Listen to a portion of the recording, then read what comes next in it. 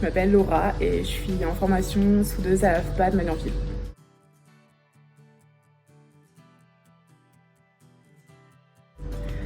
J'ai commencé dans un bac électronique et ensuite j'ai fait un DUT mécanique aérospatiale où on était 3 femmes sur 300 élèves.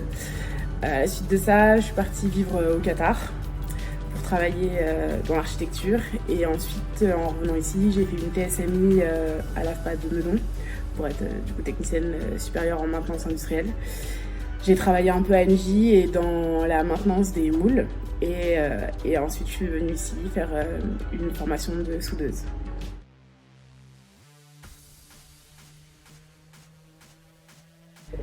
J'ai participé au trophée Métier pour elle parce que j'ai adoré l'idée.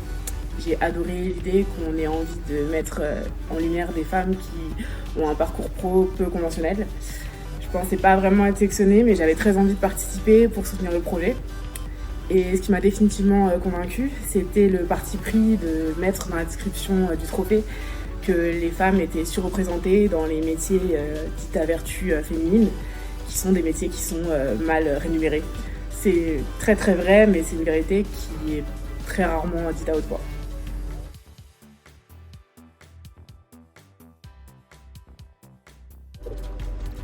Ma plus grande fierté, c'est la base de toutes mes autres fiertés. C'est la confiance que je mets en moi, même quand personne d'autre croit en moi, et ça arrive très souvent. Je continue de croire en moi et de croire en mes capacités, parce que je sais que je suis la seule qui sait exactement ce dont je suis capable.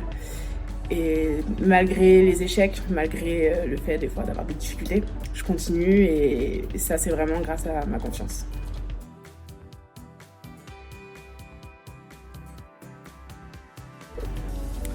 Alors mes conseils pour les femmes qui veulent devenir soudeuses, c'est déjà de rester elles-mêmes. Parce que moi on m'a souvent conseillé des choses que je trouvais complètement aberrantes, du style d'être discrète, de ne pas faire trop de bruit, de ne pas rigoler trop fort, ou encore pire d'être froide, glaciale, distante.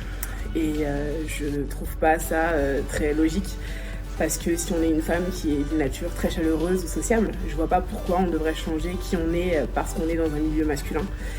Dans cette société, on doit beaucoup s'adapter aux hommes en tant que femme. Et je pense que c'est pas une solution. On a le droit d'être qui on est et de l'être entièrement. Donc je pense que déjà, il faut être soi-même. Ensuite, je pense aussi qu'il faut pas se bloquer sur des commentaires qu'on peut avoir qui sont des fois machistes ou des choses un peu déplacées. Parce que c'est une minorité de personnes. Et en général, la grande majorité des hommes, ils sont super contents de nous avoir dans l'équipe. On est vraiment bien accueillis et c'est super agréable de bosser avec eux.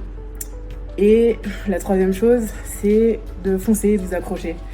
Parce que c'est vrai qu'il faut peut-être plus de détermination et de motivation pour une femme de vouloir faire un métier masculin.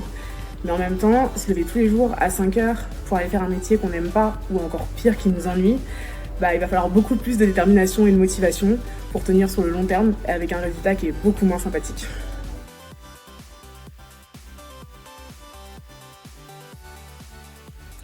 Mon dernier mot pour les femmes, c'est faites ce qui vous plaît, soyez heureuses parce que de toute façon vous êtes extraordinaires.